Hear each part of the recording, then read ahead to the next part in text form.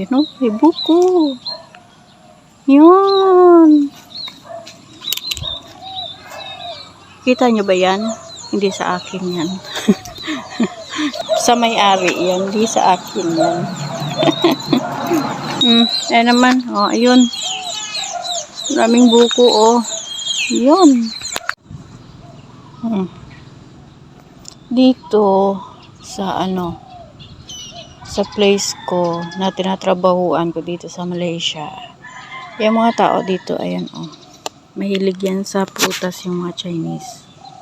Ayan, sa labas ng bahay nagtatanim yan sila ng mga prutas. Pag hindi sila makatanim sa loob kasi nga yung iba, yung bahay nila mga ganyan lang so wala silang space sa pagtatanim. Pero sa likod niyan may mga tanim yan sila na gulay. Mga Chinese kasi may gulay tsaka prutas.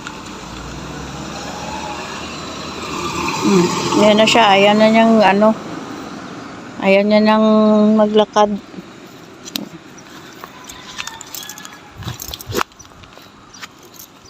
Gabay na. Noah. Ayan pag nakita siyang tao, ganyan yan siya.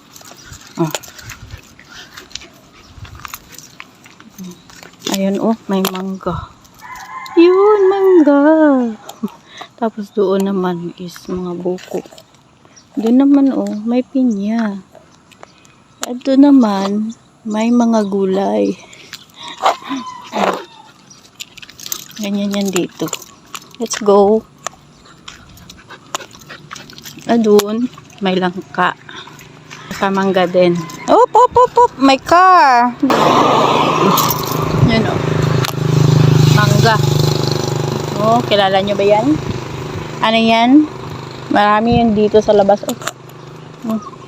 Kasi pag nag-steam ng mga Chinese mahilig sa steam na isda. So pag nag-steam ng isda, dapat meron yan. Lemongrass. Para yung hindi malansa yung isda. At saka maraming nilalagay na na luya. Yan. Pasensya na sa Tagalog ko Mahirap pag Ilonggo na nagtagalog kasi. Lipat sa kabila. Dito ayun Wow, grabe. Let's go na. Medyo malayo pa yung lalakarin namin.